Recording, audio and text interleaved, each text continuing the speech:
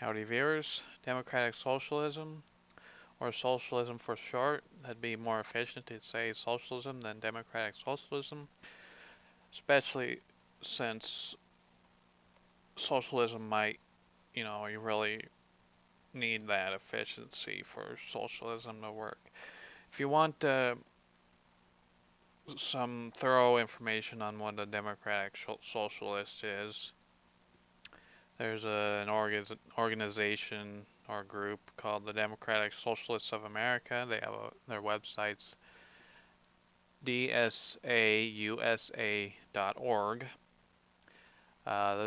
This is basically the best spot to get information about socialism or democratic socialism. Um, because for one thing, if you actually go out on Facebook or just out in the world and try to get information about democratic socialism from someone who claims to be a democratic socialist, they're really reluctant to give you that information. So I'd recommend going to that website just to learn about it. Socialism is defined as a popular control of resources and production, or collective control, as well, as basically government control, since that is essentially what popular control is. Um, Again, it's just socialism. It has a class system, but it's just one class. That is a working class.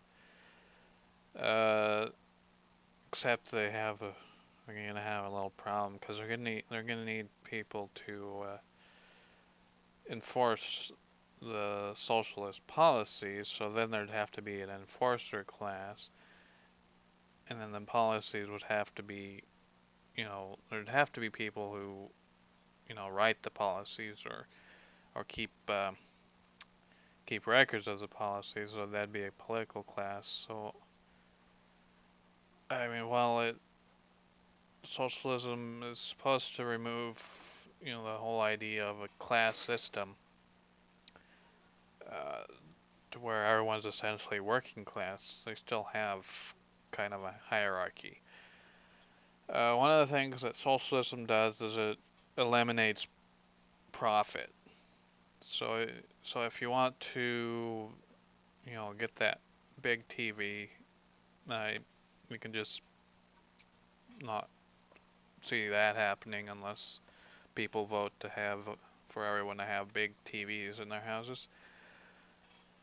Another thing important to note that while there are government policies that are considered socialists, or at least are claimed to be socialists, are not necessarily socialists unless they're actually in a socialist state. So when you hear people talking about, the socialism in the Scandinavian countries, there's actually not socialism there. It's just it's just a different level of fascism. You can tax people, you could essentially tax people's income 100% and still not have a socialist country, because to have or a socialist state, you have to have that collective control of resources and production. So the government would basically own all property. While a more fascist state like where you're getting taxed to death, it's just essentially telling the state where the state, tells you what you may or may not do. So you'll still be able to these fascist, states, you're still able to own property. You have private property. You can still make a profit, essentially make a profit. It's just that the government tells you how you may or may not do that.